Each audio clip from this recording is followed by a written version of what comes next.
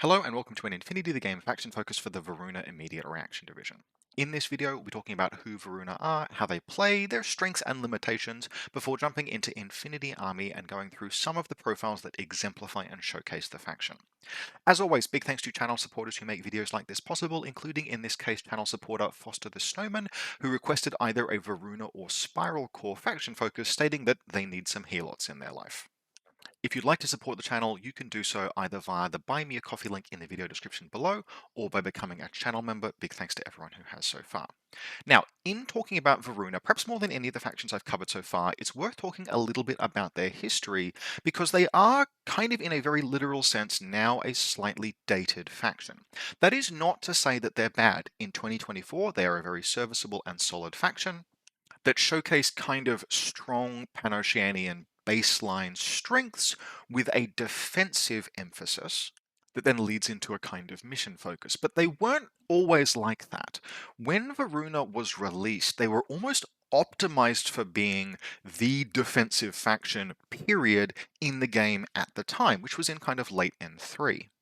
There was, pretty much without exception, maybe Toha at the time, no faction that could defend with as much ruthless efficiency as Varuna could. There were dialogues, there were big complaints on the internet about how there was almost nothing that could take a favorable face-to-face roll against a core-linked Kamau. You had healots on top of that, and believe me, we will be talking about those soon.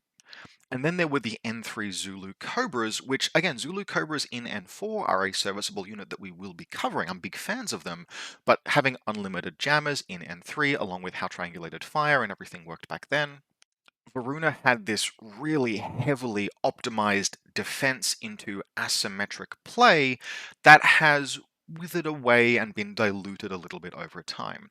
They shifted into N4, where the 15 trooper count didn't hurt them terribly, but the link team changes and just general changes to how the game is played and what is played in N4, along with things like the addition of disposable to jammers, which hurt Zulu Cobras considerably more than models like, say, Mutawiya, have pulled Varuna back to a point where now, if I wanted to sell the faction, I would say this is good, solid Pan-Oceania, but where Neo-Terra is a little bit more technical, in the sense of like using technology to supplement the baseline Pan-Oceanian experience, Varuna is defensive. And that relies very heavily on the access to healots. Like Varuna are one of two factions in the game that get access to full availability healots. And that is a big deal, and we will be talking extensively about how to play healots and what makes them so powerful. But that is all now just kind of like a flavor on core solid Pan-Oceanian play. And so what does that mean? How do Varuna play? Well, you have that defensive, that healot addition on top of firepower dominance, good solid big tag mounted guns, solid light infantry link teams which can fight either in active or reactive, depending on how much you want to invest in them, but which ultimately provide kind of an order base for your heavy firepower tactical armored gears. You use those pieces to establish firepower dominance, and then you go and play the mission. You use the fact that you have dominance over the board and firepower in the long fire lanes to enable models to move forward and either attack your opponent or accomplish the mission depending on the situation at the time. You don't have access to smoke, you don't have access to visibility tools, because you can force your opponent to keep their heads down.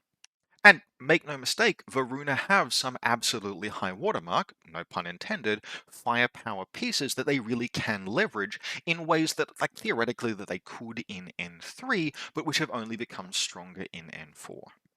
And so this means as Varuna has like drifted back toward the median for the Pan-Oceanian experience, my recommendation with them is I would not suggest starting Pan-Oceania with Varuna. I would suggest starting Pan-Oceania with either Svalaheimer or Neo-Terra now, which will give you much more rounded experience, but then just literally buying a box of healots and you functionally have a new way to play your faction, because it is literally just healots are about, let's say, 70% of what make Varuna really materially different to those other Pan-Oceanian factions. Accessing and using and mastering healots will be a large part of the Varunan journey.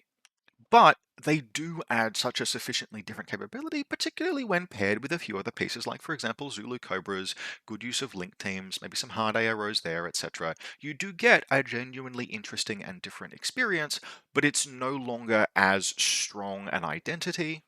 And I don't think the faction has as much going on as some of the other Pan-Oceanian sectorals, which makes me shy away from recommending it as a starting point. Varuna is a fantastic expansion to an existing Pan-Oceanian collection, not where I would enter the faction.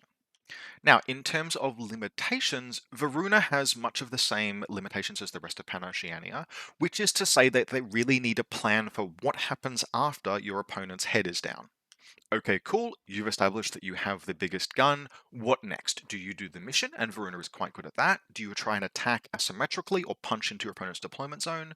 Varuna is actually surprisingly solid at that, but within sort of limitations of there are a few pieces that are good at it.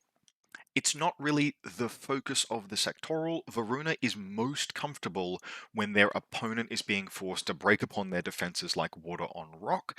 And that really segues into what is Varuna's biggest limitation. It's when their opponent is not forced to do that.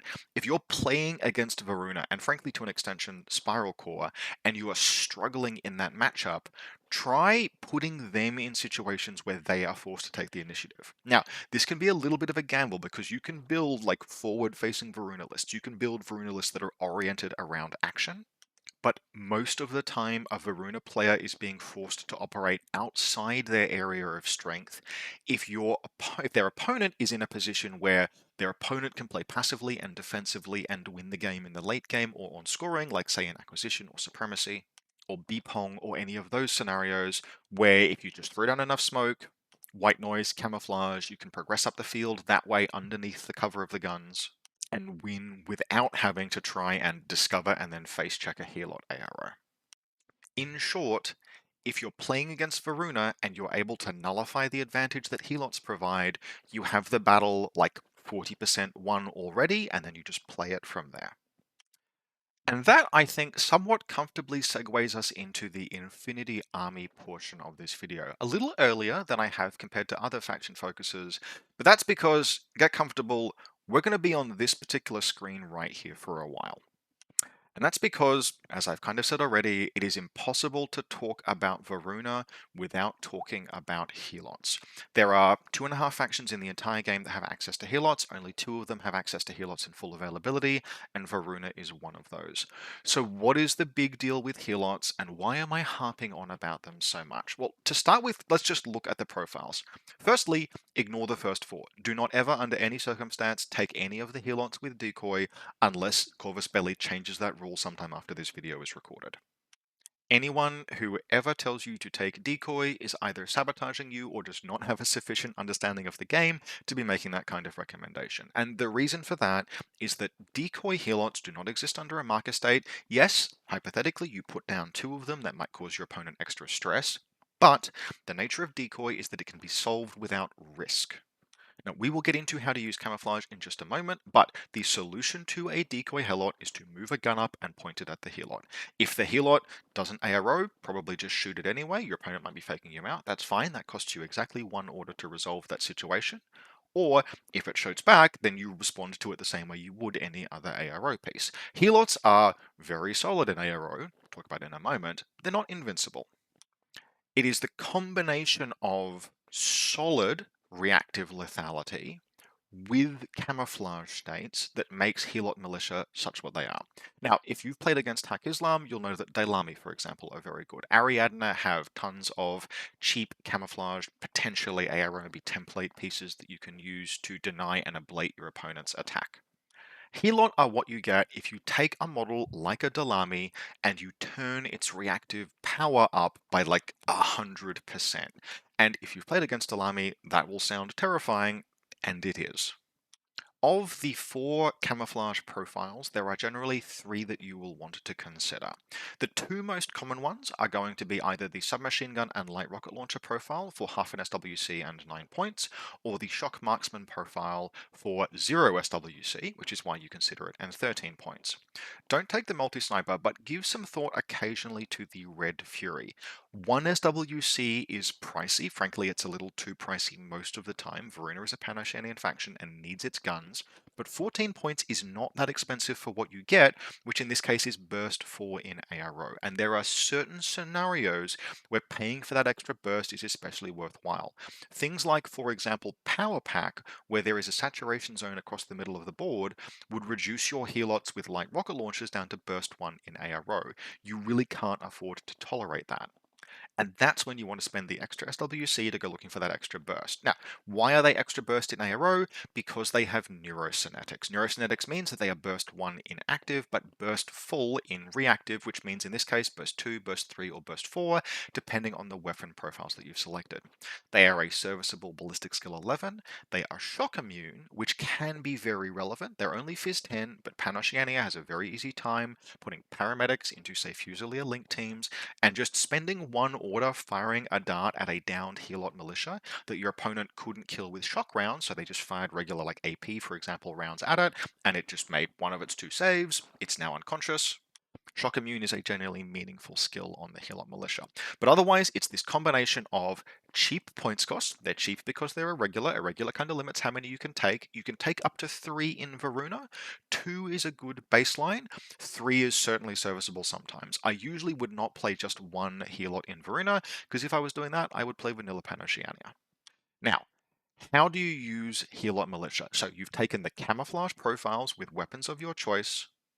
Camouflage means you choose when the model reacts. Unless it's discovered by your opponent, right, you choose when it reacts. That means you have control over the reactive engagements that it takes, which is very powerful. And it means that your opponent, if they want to force the heal up model to reveal, has to make discover rolls against it. So, the use case, you're going to start by deploying the Helot Militia, watching locations up to their range bands. That means you do not try and bracket your opponent into their deployment zone, right? You want your Helots to be watching the approaches to your part of the table. Maybe you're watching objectives in the midfield, that's always a good choice. Most of the helots will comfortably have the range bands, right, with 24 inches. You can position them wherever you'd like. They can have crossing lanes onto pieces in the midfield. But most importantly, you are watching those parts of the table where your opponent would have to move through several orders deep into their turn to prosecute either some scenario play or an attack on your deployment zone. So don't over threaten with the helots. You want your opponent to have to spend orders moving to discover them. And then you want to force your opponent to commit to those discover rolls. So let's just take an example of how this will play. Every time your opponent spends an order, they will have 2 skills, 2 short skills, one of which typically is going to be a move. If your opponent wants to discover a Helot Militia, they have 2 choices. The first choice is that they move up to cover to see the Helot, then they declare a discover. If they do that, just let them make the discover roll, do not respond. If it's a second short skill of their order, let them make the discover roll. One of 2 things will happen then. The first thing that might happen is that they will succeed. Okay, fair enough, but they've spent an entire order to do that. The second thing that might happen, and it happens a lot and very easily, because if you are at greater than 8 inches and you are in cover, a Whip 13 model has a 50-50 chance to discover you, because cover applies a penalty to discover rolls.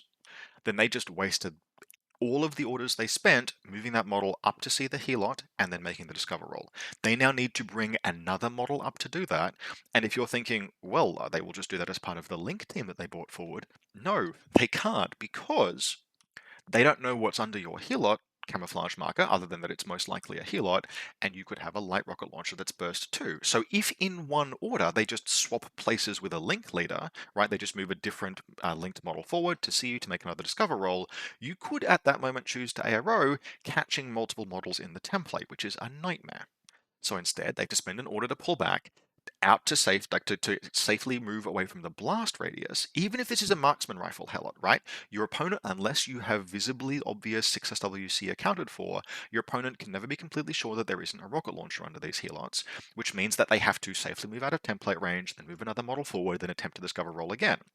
If they've moved just a solo piece up and they failed that discover roll, Well, then they're just stuffed, aren't they? They need to find another piece somewhere on the table to discover with, or they need to break cover and try and tempt you to attack. And you can just wait for as long as you like before you do that. Maybe you wait for the terminal approach. Maybe you let them spend an order moving through the open. Maybe you wait for them to see something else. Just all of these usual rules for why camouflage is such a strong defensive piece apply.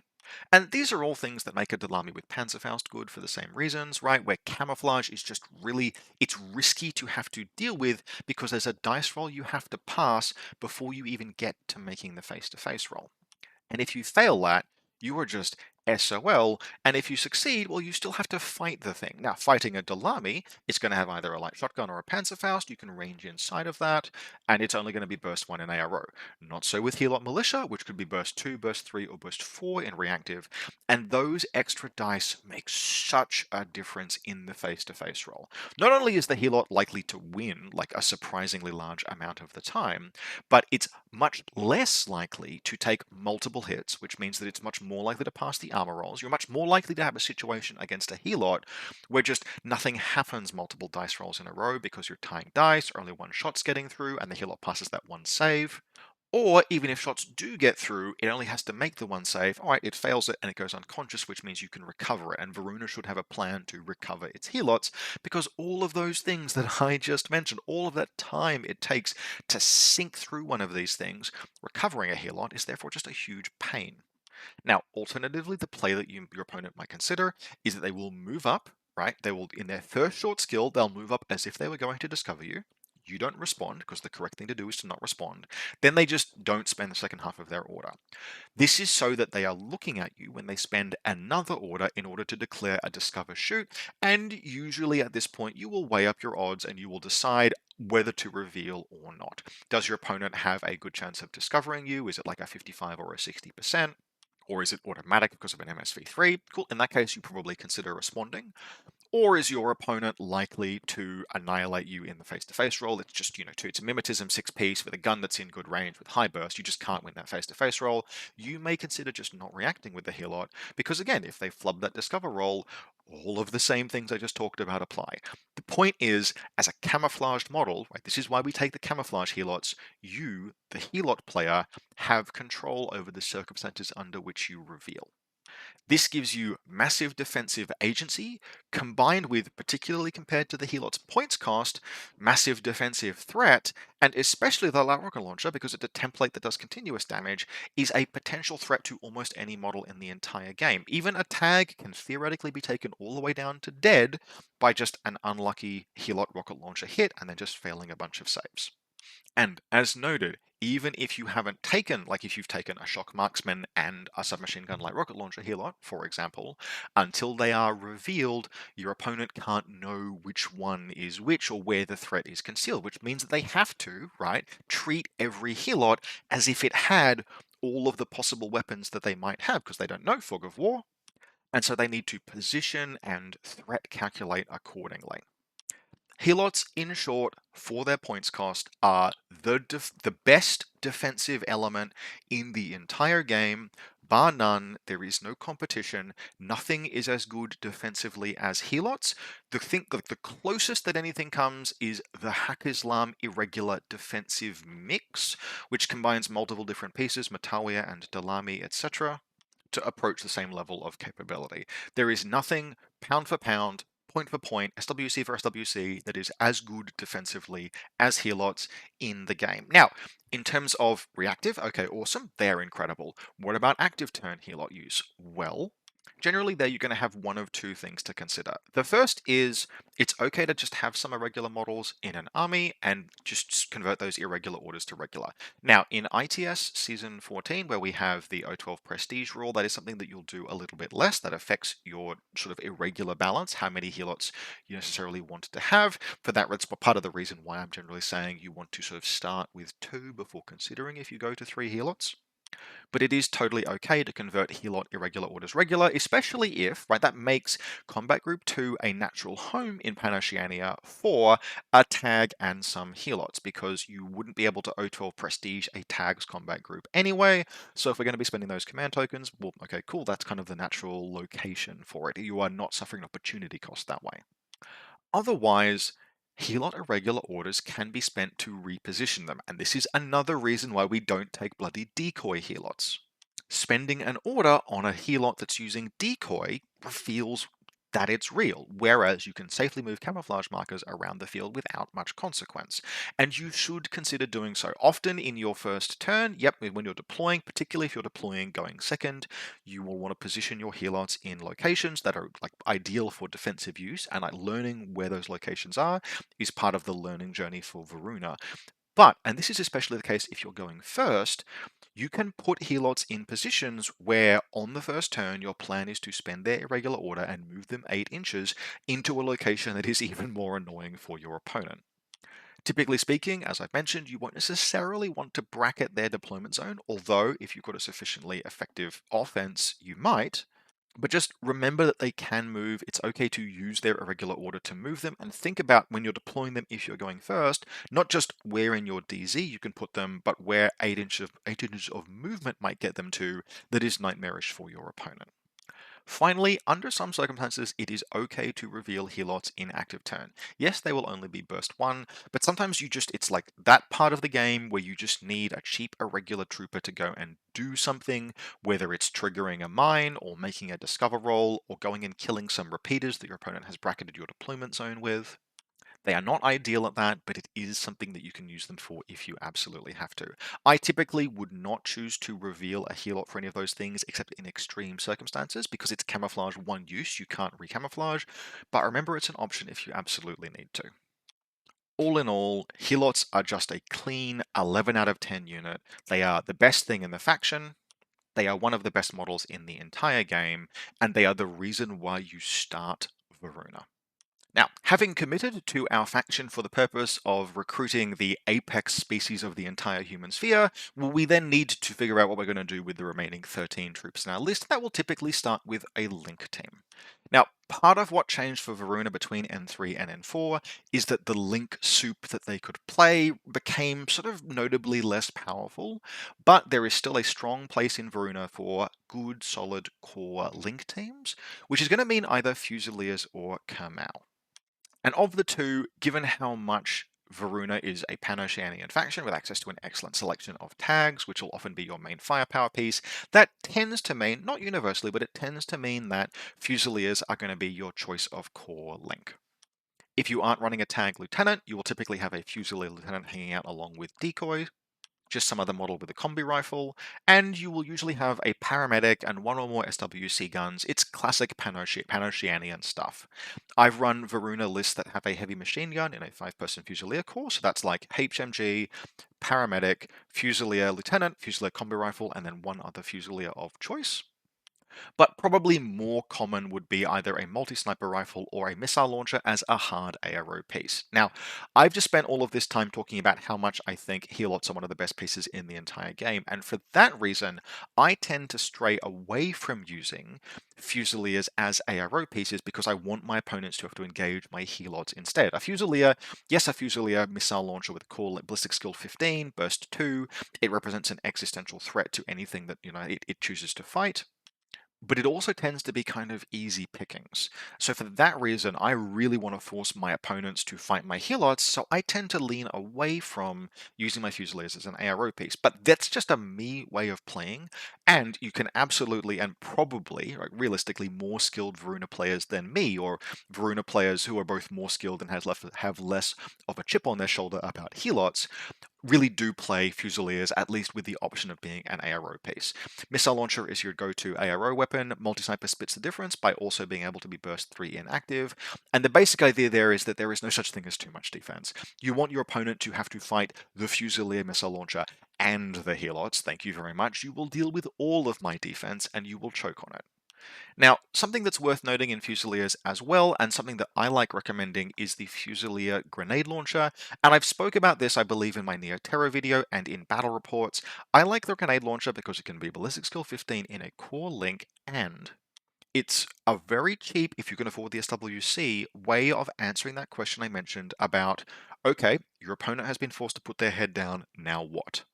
And although Varuna has some ways to launch close assaults on your opponents, like really quite competent ways to do so, Specfire is the ultimate no-risk attack on the enemy deployment zone or enemy pieces that you want to hit, and Specfire in Varuna especially can be very worthwhile because it is a purely asymmetric, risk-free way of putting damage on your opponent that forces them to come in after you if they want to stop you from doing that. And so as much as Specfiring with a Ballistic Skill 15 grenade launcher is not an efficient play from a firepower perspective, it tends to lean very well into the Varuna plan, which is no, you fight my helots.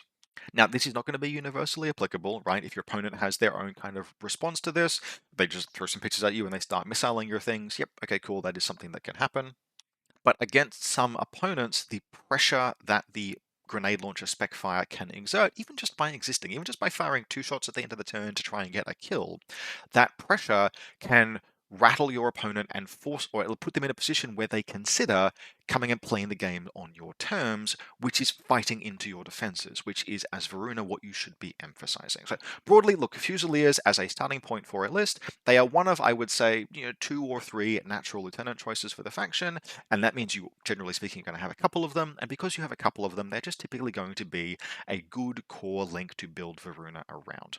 Now, you can also use them as the basis for a Haris team. At that point, you'll be doing things like maybe wild carding models in, and you can do some quite serviceable link teams that way. Generally speaking, they'll be mostly light infantry, stuff like, say, 1 Kamau, 1 Fusilier, maybe someone like Patsy Garnett, who we'll talk about later, just to give yourself a little bit of close assault teeth. But generally, a core link is the natural home of the Fusilier, and Varuna is one of the natural homes of the Fusilier core link. Now, the other primary linkable option, technically speaking, you can also link orcs, but we're not going to justify that with too much attention. The other core linkable, primary linkable piece in Varuna are the Kamau amphibious intervention teams. Now, to hark back to a different time, Kamau are wildcards in Varuna. They can join any link.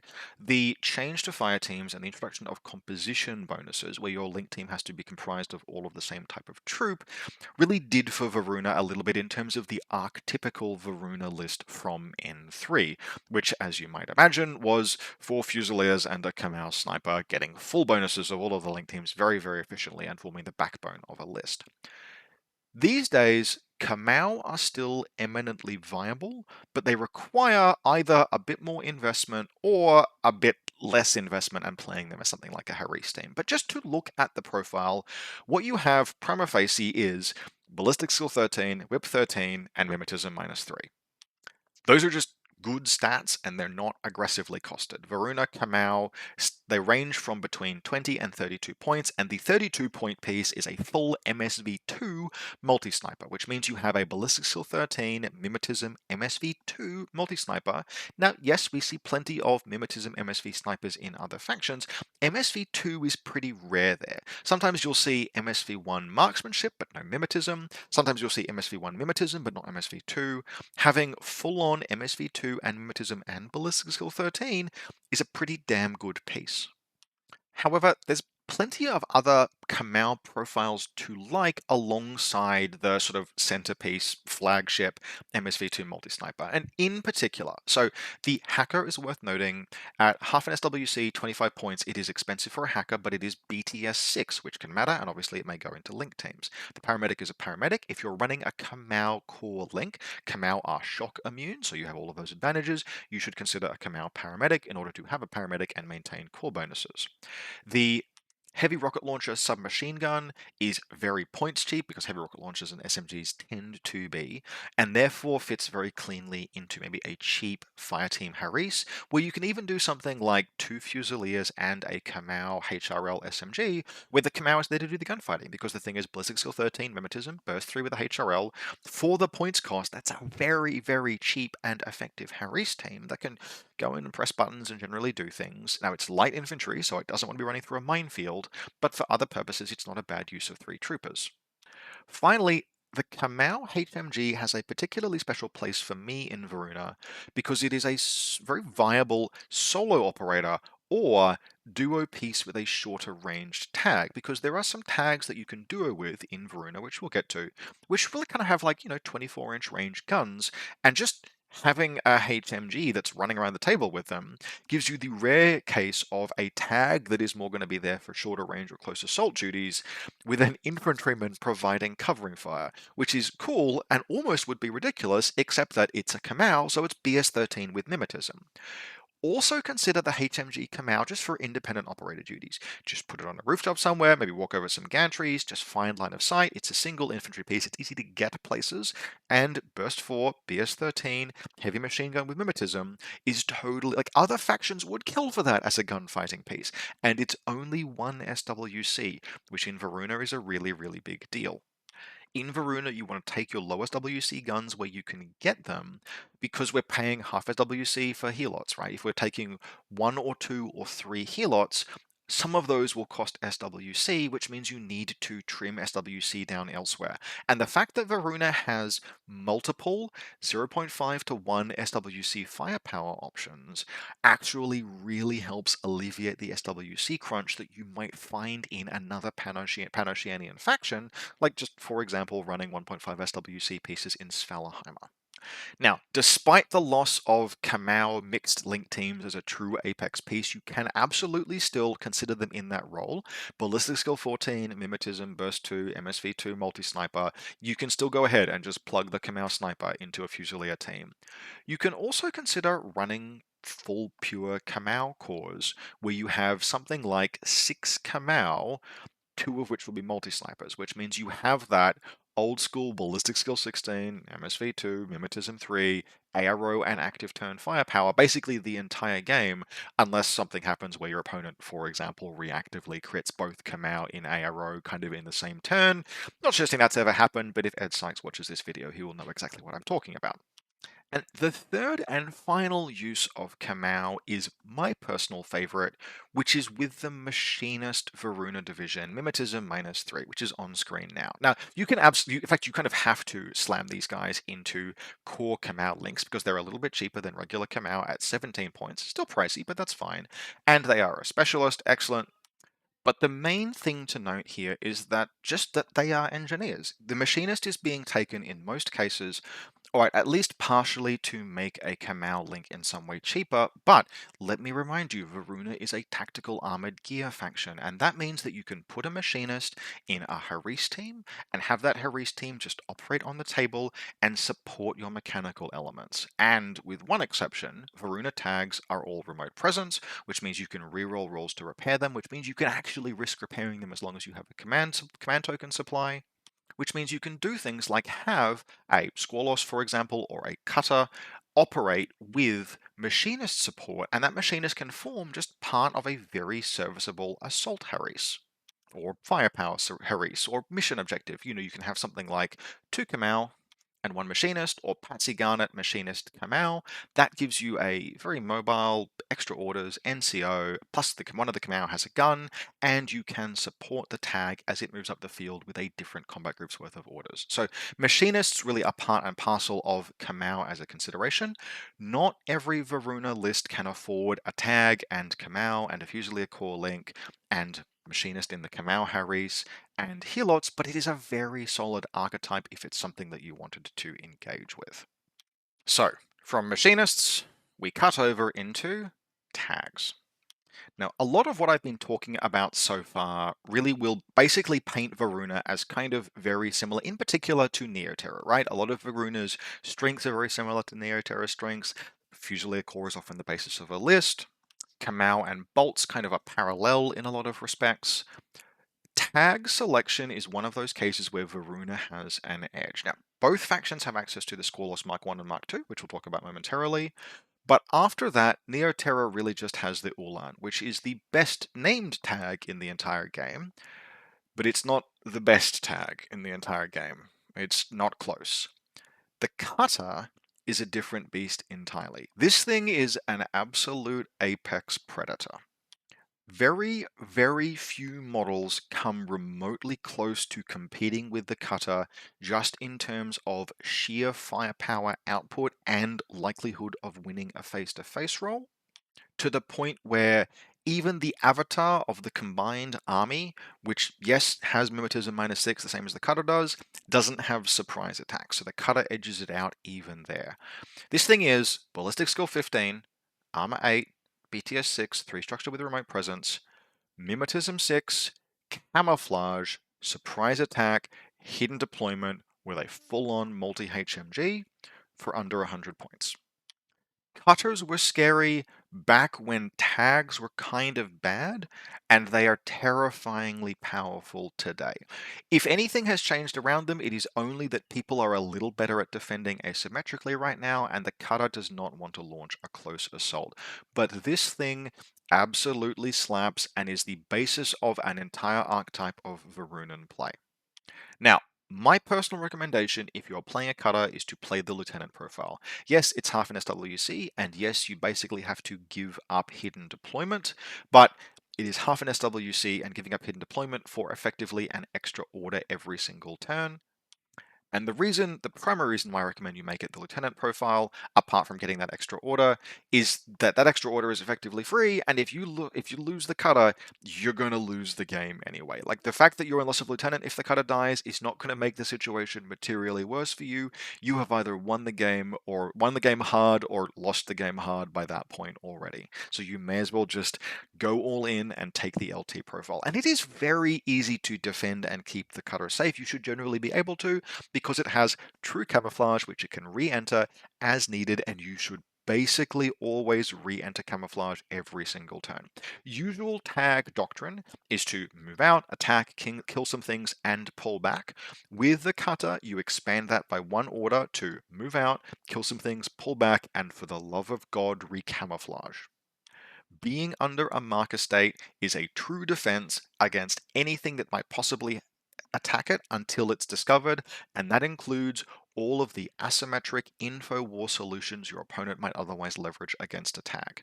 The cutter cannot be hacked until it is discovered, and if you've pulled it back to a position of safety out of enemy line of sight and recamouflaged, then the effort required to discover it, look, frankly, most of the time is not worthwhile. It's just too difficult to go in after this thing, which is how you keep a cutter alive.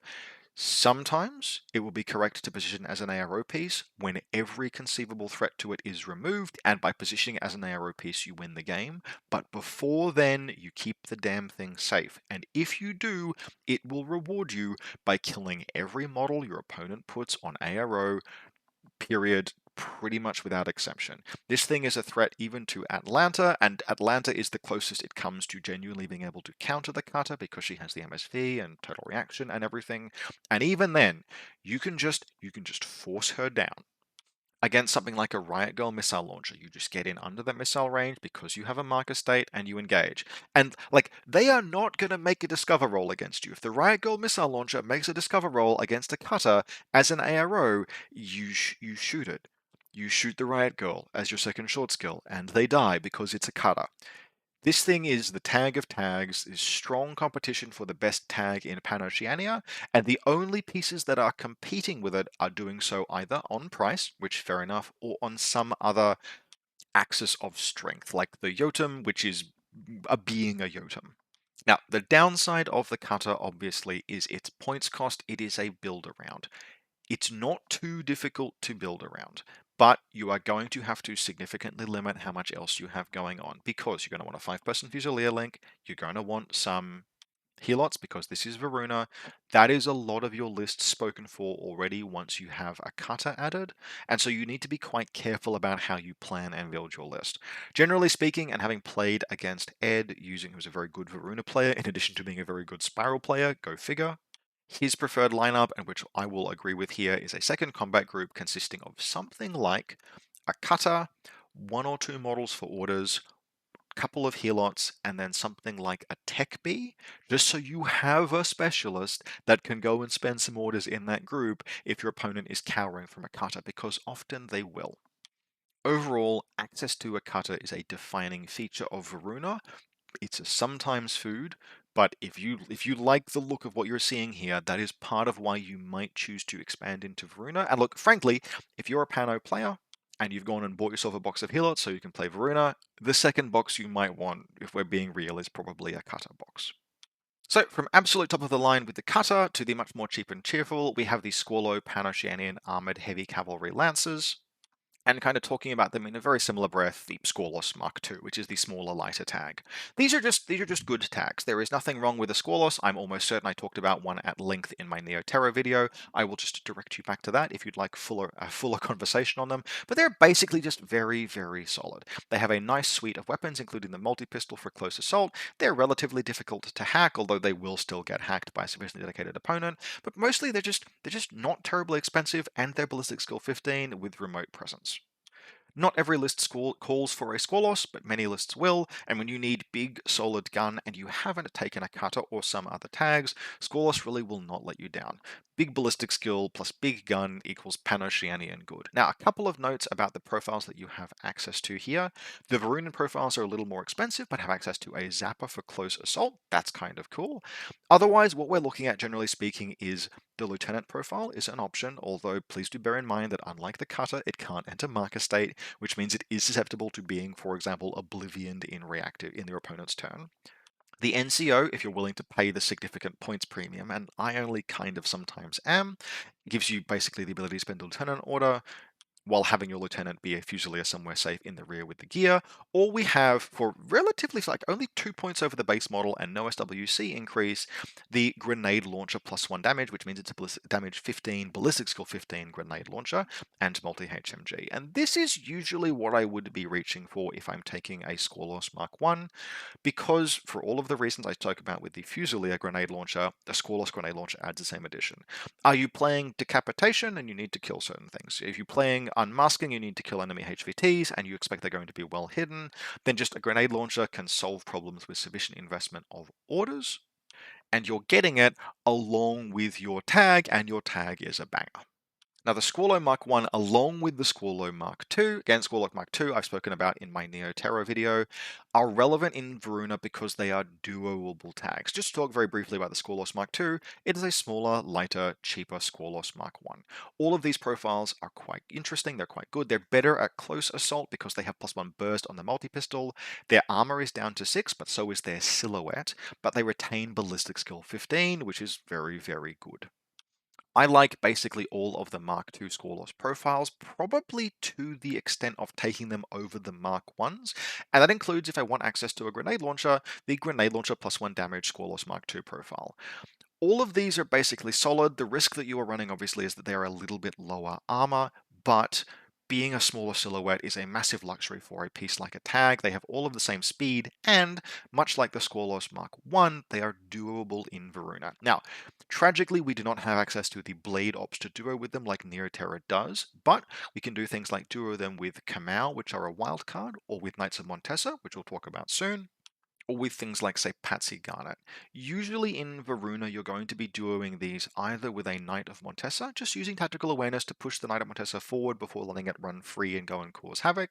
Or, and this is, maybe a little jank, but a personal favorite is that Multi-Marksman Squalos Mark II with a Kamau HMG. And so for 2 SWC, you get 2 very valid guns that can fight at all ranges from 32 all the way down to 0, because the Squalos Mark II with Multi-Marksman Rifle has the Multi-Marksman Rifle and the Multi-Pistol +1 burst.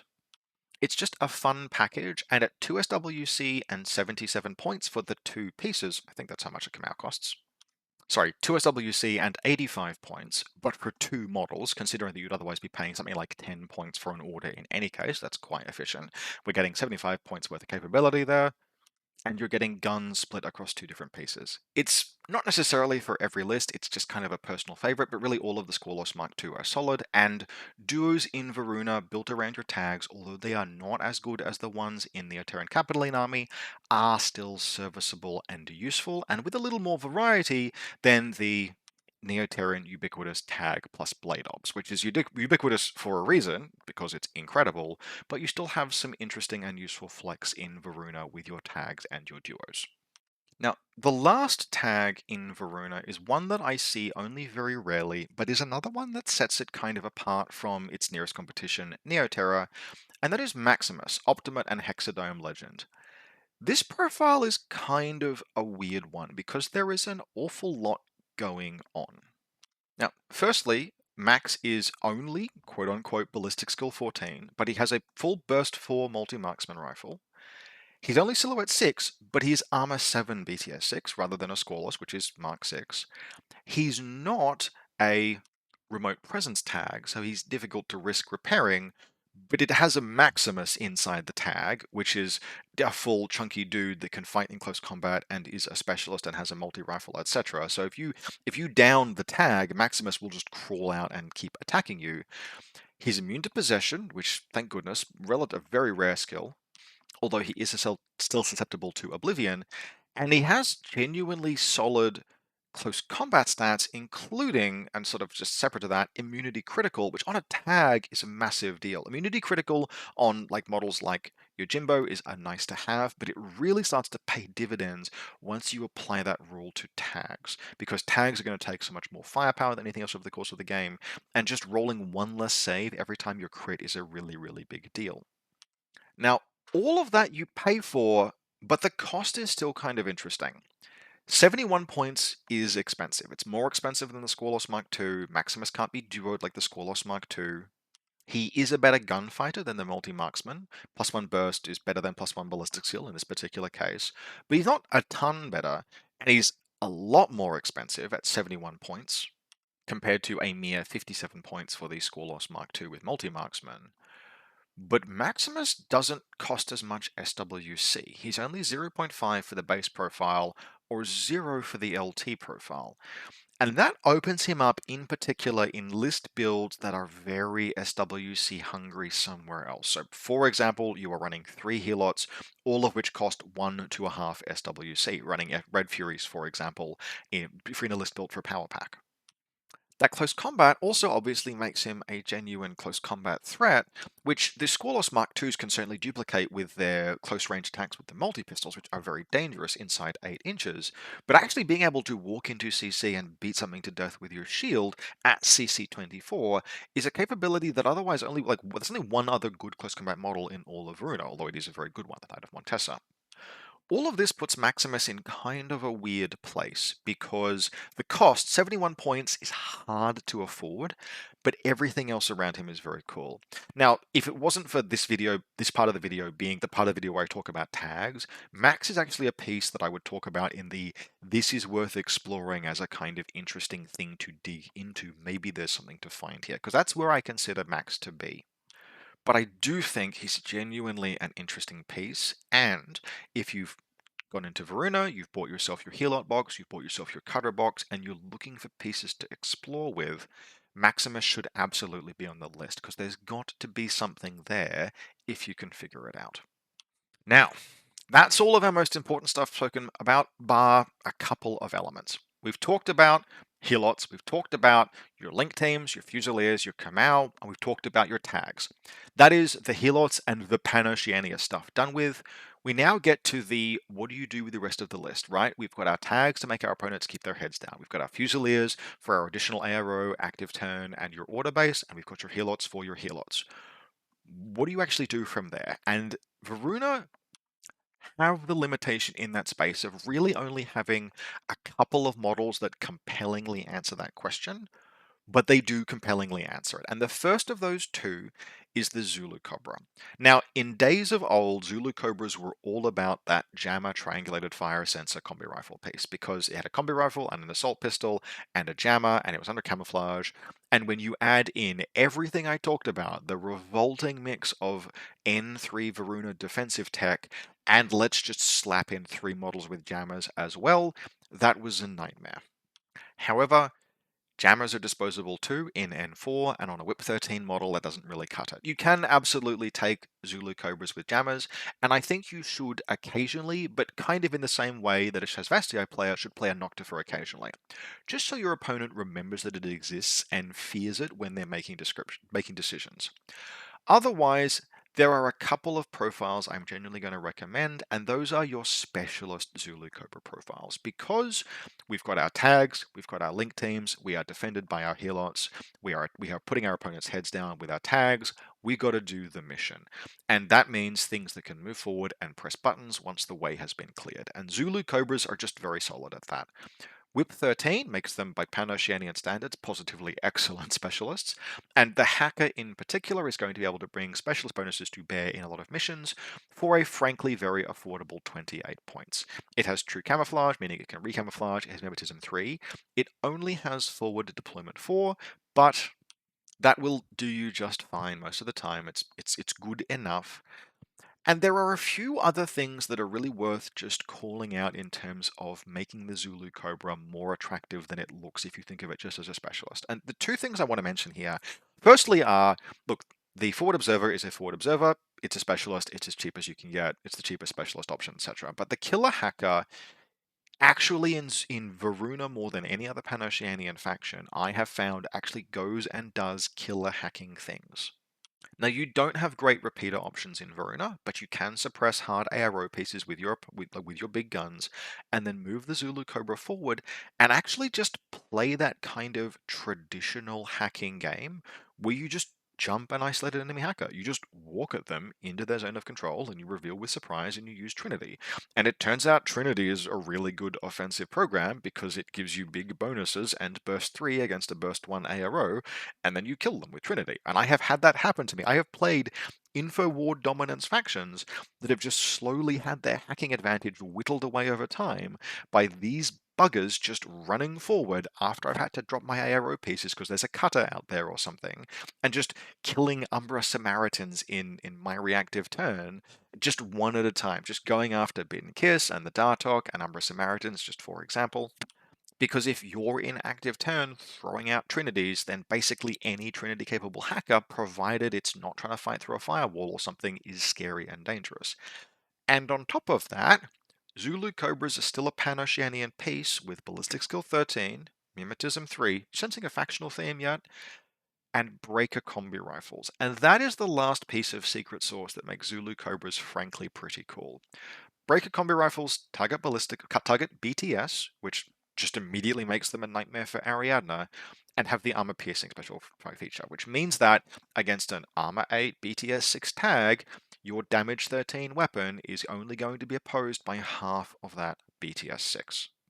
This means that, short of those few models in the game that are just randomly sporting a BTS 9 for some reason, the Zulu Cobra as an active turn just gunfighting piece, like you paid points for it because it's a hacker and a specialist and it's good at doing certain missions, and you just randomly get a back pocket gunfighting piece that, if it catches a tag at the right place, can nail it to the absolute wall for 0 SWC and 28 points.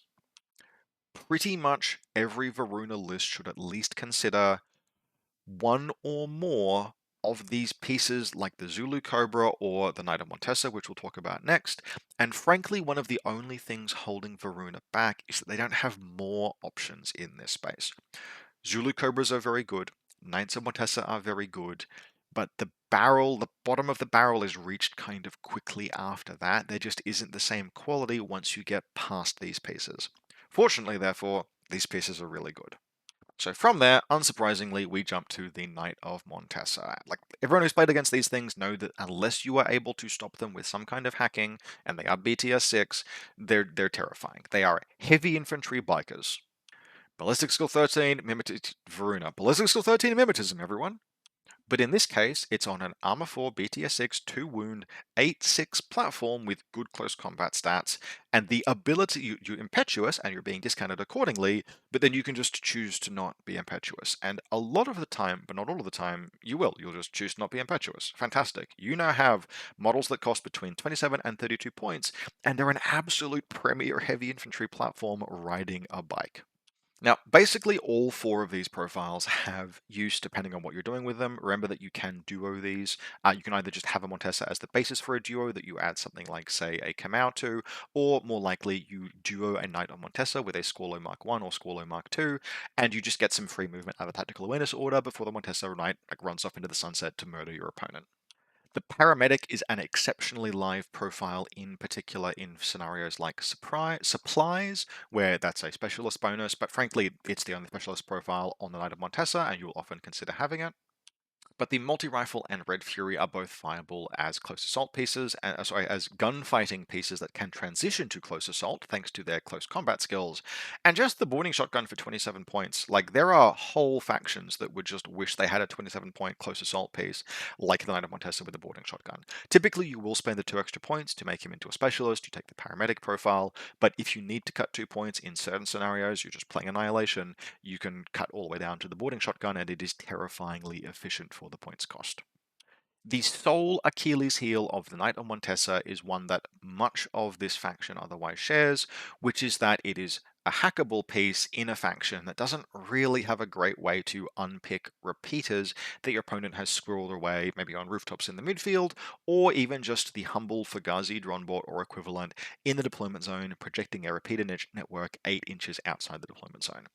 Knight of Montesa does have BTS 6, but you never want to be in a situation where you are just taking random hacking arrows, because he will be oblivioned in pretty short order and then cut down in your opponent's next active turn quite a lot of the time. Now, you can mitigate this risk a little bit by making sure that you end each order in a position where the Montesa is at least in cover when your opponent's next turn begins, because goodness knows I have had games where I have oblivioned the Montesa Knight to stop a rampage, then I've begun my turn, then I've been confronted by the mortifying reality of just having to fight a Montesa Knight in cover in my deployment zone, and that's the whole turn spoken for. This thing is armor 4, BTS 6, Mimetism, Ballistic Skill 13, in cover in your DZ.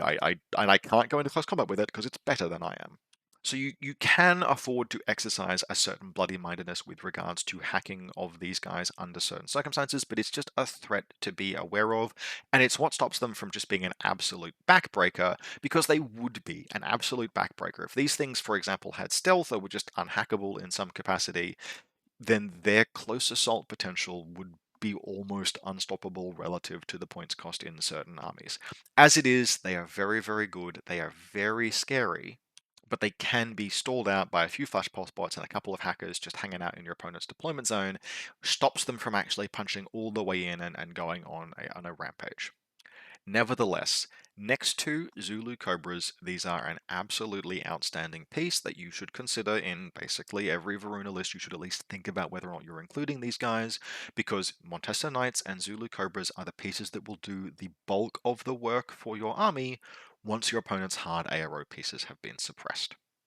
Now, we are closing in on the hour mark, which traditionally marks the end of these videos, and my voice is getting somewhat sore. So we're going to kind of shortcut the pieces you might want to consider, because frankly, I feel like I've mentioned a few of those already. I've mentioned Patsy Garnett. Her sole advantage is being an NCO piece. That's a specialist and a heavy infantry that can wildcard into any link team, but that is totally serviceable. That's her on screen now. For 34 points, she's just a little bit too much for my money, but some of the time, maybe as part of a Haris team or even duoed with a tag, could be very worthwhile. The other one to consider is the Echo Bravo Rapid Reaction Unit. Ballistic Skill 13, but rarely no mimetism. The Echo Bravo is notable for being, it's a parachutist, but doesn't have combat jump, which keeps its points cost just kind of down a little bit.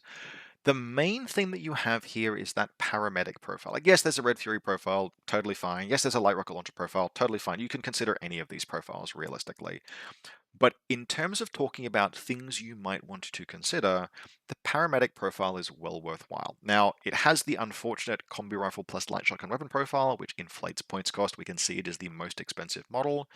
But the reason why you might consider it, apart from being a specialist, apart from being in a faction that makes good use of paramedics, is the Wild Parrot. And the Wild Parrot is an EM mine on a stick that you can deploy anywhere within 8 inches.